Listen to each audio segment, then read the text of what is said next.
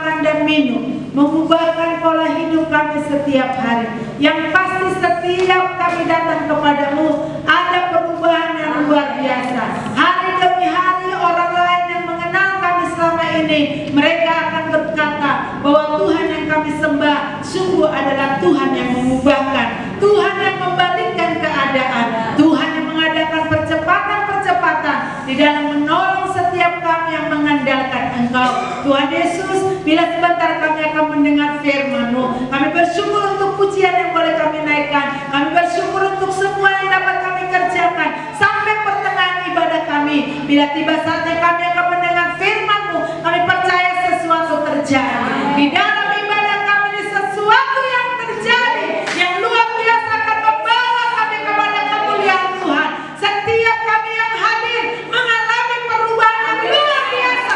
Kami tidak lagi berbuat dosa. Ketika kami pulang dari tempat ini, keputusan di dalam kami mendengar firman-Mu, kami akan meninggalkan dosa, kami akan melepaskan dosa, dan itulah Tuhan yang mengerjakannya dalam hati dan pikiran kami, sehingga kami pulang dengan penuh kemenangan daripada-Mu.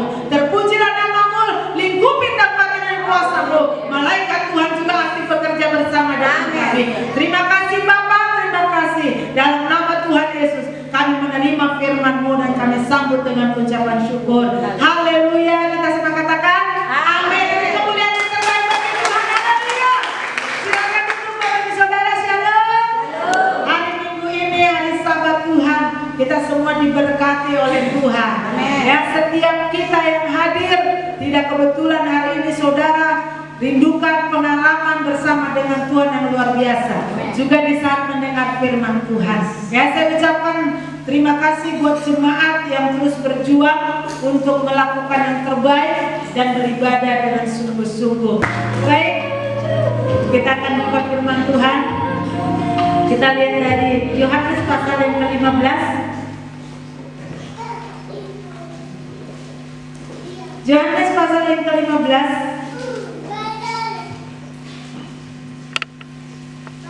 ayat yang ke-16.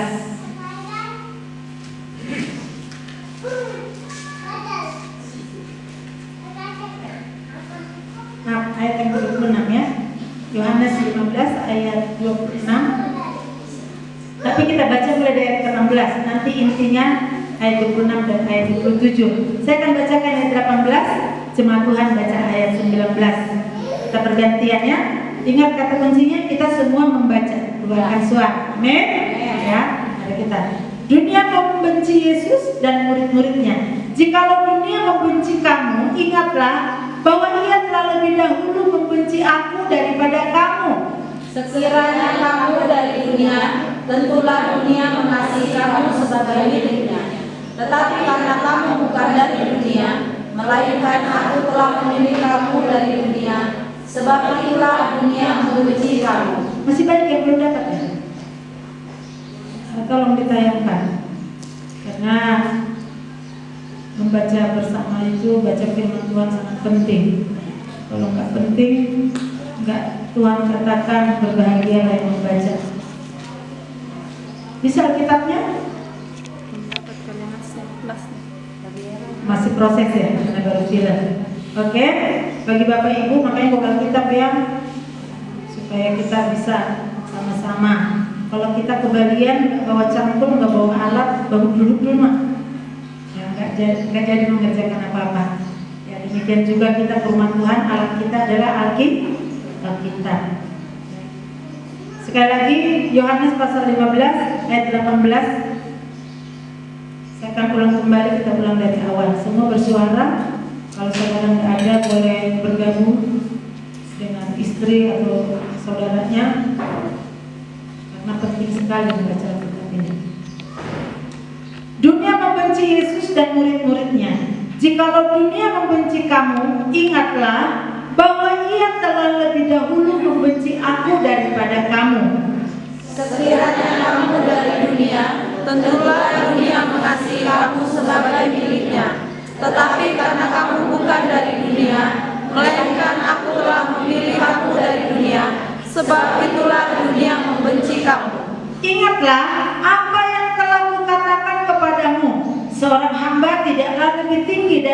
tuannya.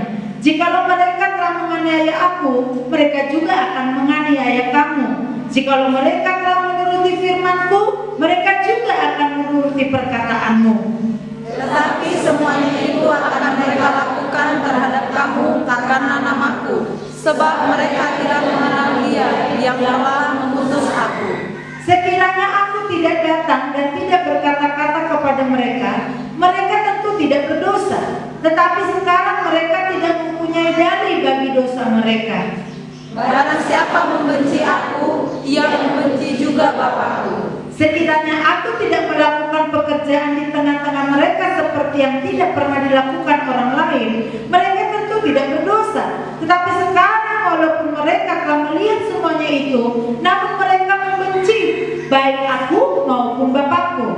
Tetapi firman yang ada tertulis dalam kitab Taurat mereka mengenali. Mereka membenci aku tanpa alasan. Jikalau penghibur yang akan kuutus dari Bapa datang, yaitu Roh kebenaran yang keluar dari Bapa, ia akan bersaksi tentang aku. Tetapi kamu juga harus bersaksi, karena kamu dari semula bersama-sama dengan aku. Amin. Saudara, ayat 26 intinya, jikalau penghibur yang akan kuutus dari Bapa datang, yaitu Roh kebenaran yang keluar dari Bapa, ia akan bersaksi tentang aku. Tetapi kamu juga harus bersaksi, karena kamu dari semula bersama-sama dengan aku. Amin. Firman Tuhan bagi kita, mari bersaksi. Ya, kalau kita tidak menyaksikan kebaikan kemurahan Tuhan, siapakah yang dapat diselamatkan? Kalau Yesus sampai datang dari surga turun ke bumi, lagu pujian kita dari surga turun ke bumi, kemuliaan tiada tandanya. Dia Allah yang dahsyat turun ke bumi, ada tujuan untuk menyelamatkan bumi dari cengkraman kuasa kegelapan, kuasa si iblis. Tetapi kita boleh membaca tadi bagaimana kedatangan Yesus. Walaupun dia adalah Tuhan yang berkuasa, kan bisa saja dia pakai kuasanya, sekali dia hadir langsung semua orang bertobat. Tetapi perlu saudara dan saya tahu, Yesus datang, dia adalah sebagai Tuhan dan juga sebagai manusia. Dia mengambil rupa seorang hamba, seorang manusia. Karena apa? Karena Yesus akan menyatakan kasih-Nya supaya dia bisa bertemu, dia boleh bertegur sapa, dia boleh menyentuh, dia boleh memeluk, dia boleh berkata-kata kepada manusia untuk menyatakan kuasa ilahi Tuhan. Karena Allah itu adalah roh. Tetapi manusia tidak mengindahkannya. Banyak yang tidak percaya.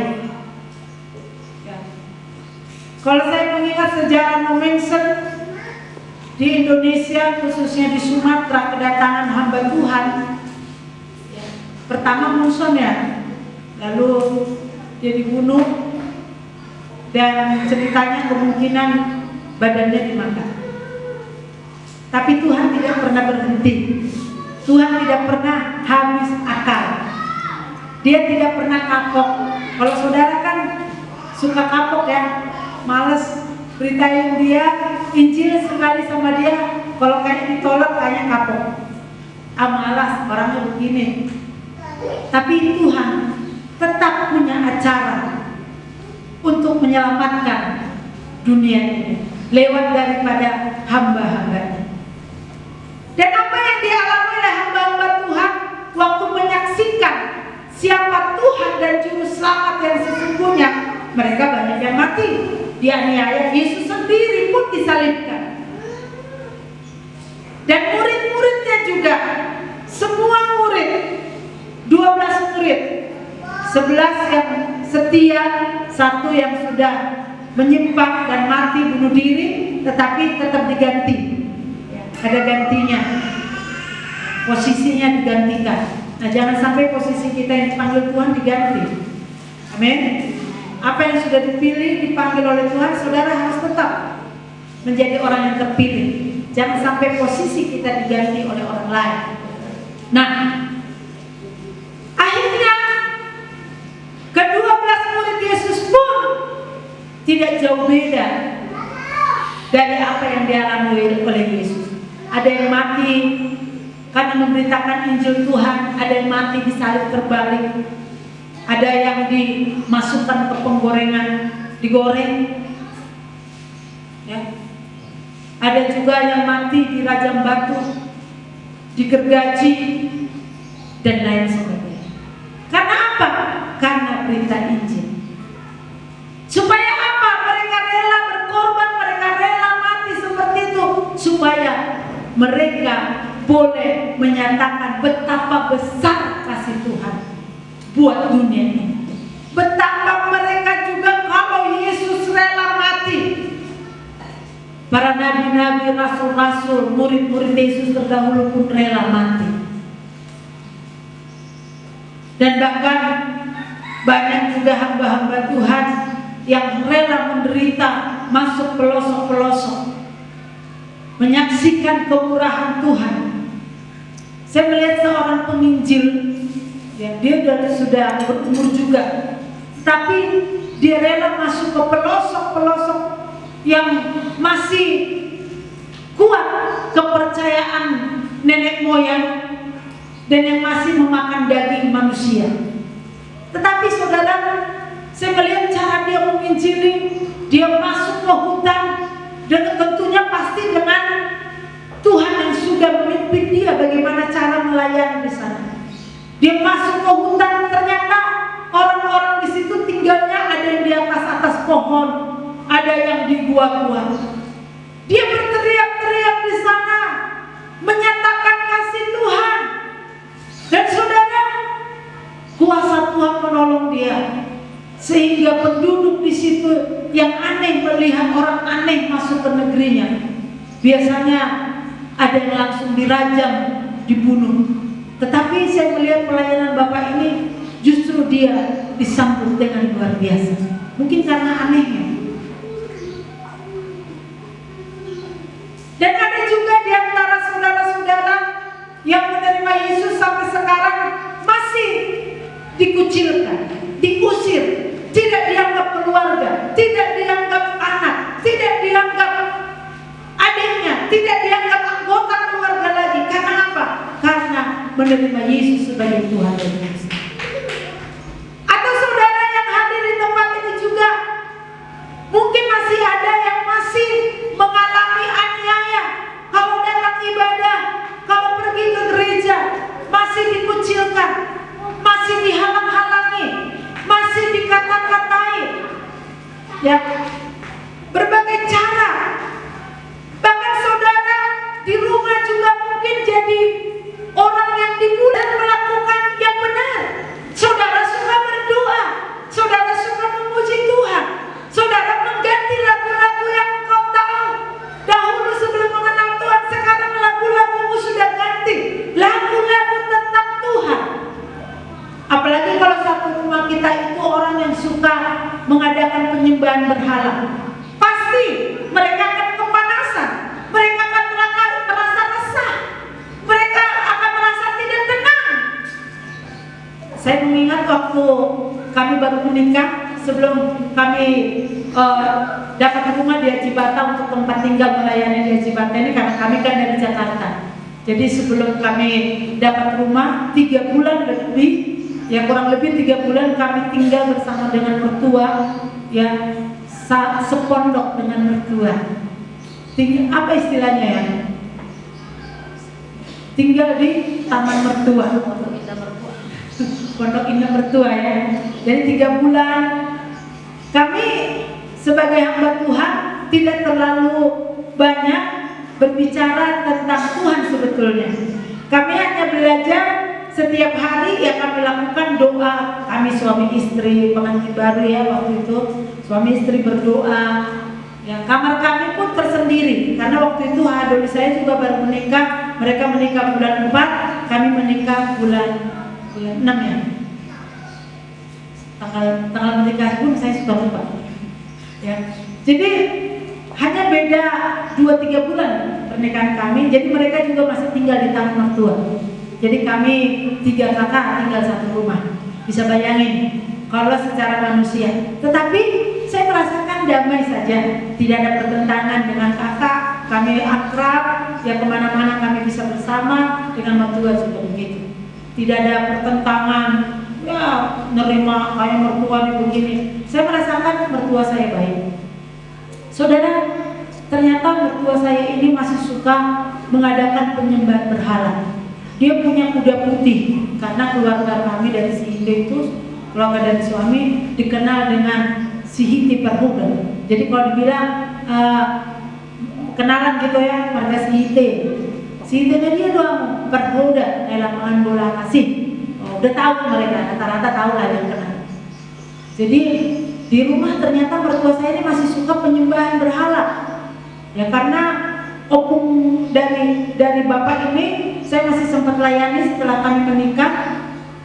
Umurnya sudah 100 lebih. Dia masih hidup, tapi sudah sakit-sakitan. Dia sudah di tempat tidur semua. Lalu sampai badannya ini sudah terkelupas di belakang ya, karena tidur terletak terus, nggak bisa lagi ke kiri dan ke kanan. Dan dia memakai kuasa kegelapan selama ini. Dia kan pernah diceritain bapak, kudanya pun belanja nggak usah pakai orangnya, nggak usah ikut, tapi kudanya dikasih keranjang, dikasih catatan, kasih uang di keranjang, lalu pergi belanja ke Dolok Sanggul dan ke si borong-borong dari Sirean. Ya. Itu kalau nggak pakai kuasa kegelapan tak mungkin, betul nggak? Ayo coba, siapa yang punya peliharaan suruh belanja sendiri. Bisa saudara, mungkin pelatihnya juga hebat.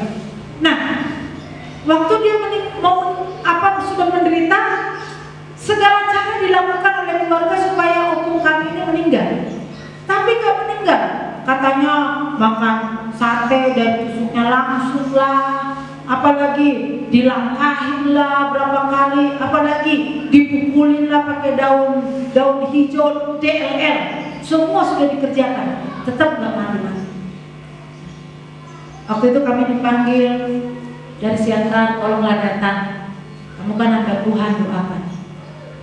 Lalu kami doakan, kami layani, dia terima Yesus. Ya, kesempatan biasanya kalau udah sakit terima Yesus itu gampang. Ya, kita tawarkan Yesus dan dia mau. Puji Tuhan. Setelah kami doakan, kami pulang ke Siantar. Kami belum lama sampai di Siantar sudah ada kabar, ya, opung sudah meninggal. Hanya Tuhan yang dapat memutuskan. Terus mertua saya ternyata dia juga suka memilih-milih. Jadi setiap malam Jumat tuh bau kemenyan gitu ya, baunya nggak enak gitu. Ternyata mertua saya tuh punya cawan-cawan putih.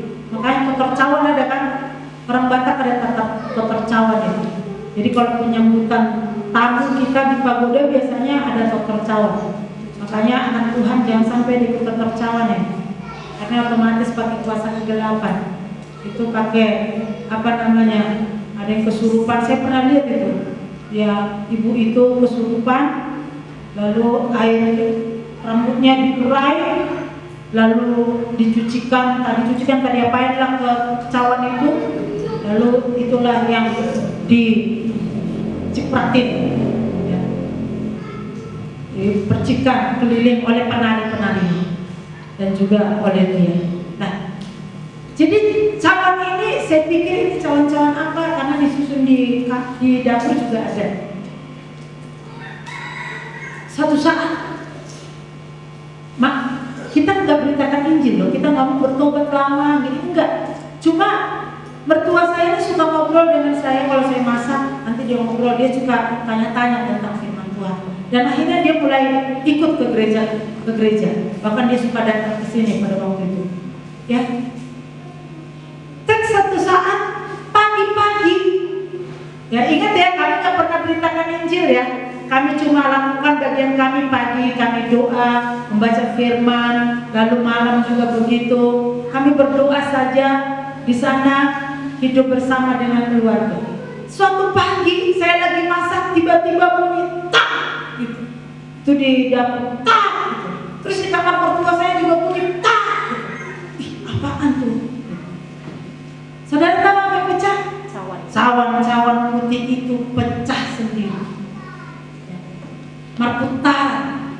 Kenapa? Karena kita sudah bangun misbah di rumah itu. Jadi mereka mesti sahur. Kuasa-kuasa kegelapan, alat-alat yang dipakai pun merasa terganggu. Dan sampai mereka pecah. Siapa yang pecahkan? Saya tahu itu malaikat. Ya. Gak lama kemudian kuda putih yang suka dikasih kemenyan setiap malam Jumat ini itu ditambat pas di depan gereja GPDI yang ada lapangan bola. Depan gereja pula lagi kan, ada urapan juga di sana. Nah, jadi lagi ditambat, biasa ditambat di sana ya, sambil ngerumput karena rumputnya di sana bagus. Nggak lama sore hari kuda itu entah kenapa mungkin lihat malaikat, ingat waktu Bileam ya, dia keledai lihat pedang malaikat di depan menghunus, lalu keledai ini kumameton ya, sampai yang menunggangi si Bileam itu bingung, kenapa kamu sampai dipukul keledai? Dan saya percaya itu malaikat sedang ada di depan dia ngancam itu kuda. Lalu kuda itu ngamuk, dia berontak-berontak, lalu dia muter-muter karena ada bisi-bisinya juga dekat pohon, dia muter-muter di sana, ketakutan, ya keliling, lalu lehernya kecekek tali itu, dan matilah si kuda putih. Ya. Jadi Tuhan itu dahsyat, saudara, luar biasa. Dan sejak hari itu mertua saya tidak lagi pegang penyembahan seperti itu. Jadi sudah mulai datang beribadah, mendukung kami pelayanan juga. Saudaraku, hari-hari ini kita harus menyaksikan kemurahan Tuhan dengan cara yang Tuhan pimpin. Makanya saudara dan saya belajar dekat dengan Tuhan. Ya, minta pimpinan tuntunan Tuhan. Saudara sudah lama menerima Yesus. Saudara yang tahu kapan saudara menerima Yesus, kapan saudara mulai datang kepada Tuhan, mengaku percaya kepada Yesus. Bahkan ada sejak orang tua kita atau nenek kita pun dulu sudah Kristen, lahir Kristen sudah sejak bawaan. Tetapi Kristen pun ada lagunya, Kristen now alai tondong dalam hamabuan. Hamatea atau hamabuan? Kristen tapi masih berjalan menurut apa yang dia biasa kerjakan sebelum mengenal Tuhan. Sejak pertama saya terima Yesus, memang sudah Kristen. Dari kecil juga saya melayani. Saya tidak mau tinggalkan sekolah minggu. Yang namanya sekolah minggu, lebih baik saya tidak masuk sekolah daripada tidak sekolah minggu. Itu bagi saya dari kecil. Lebih baik saya, kalau orang tua bilang kamu gak usah dulu sekolah minggu, dan itu kayaknya gak mungkin karena orang tua saya sintua, gak mungkin nyuruh saya. Seandainya pun kalau teman-teman saya ajak hari Minggu untuk melakukan perjalanan kemanapun, saya tentunya tidak akan mau, karena saya harus beribadah. Tetapi saudara, itu baru saya lakukan karena keturunan, belum karena dari hati mau mengenal Tuhan. SMP kelas 2 saya baru terima Yesus yang sesungguhnya.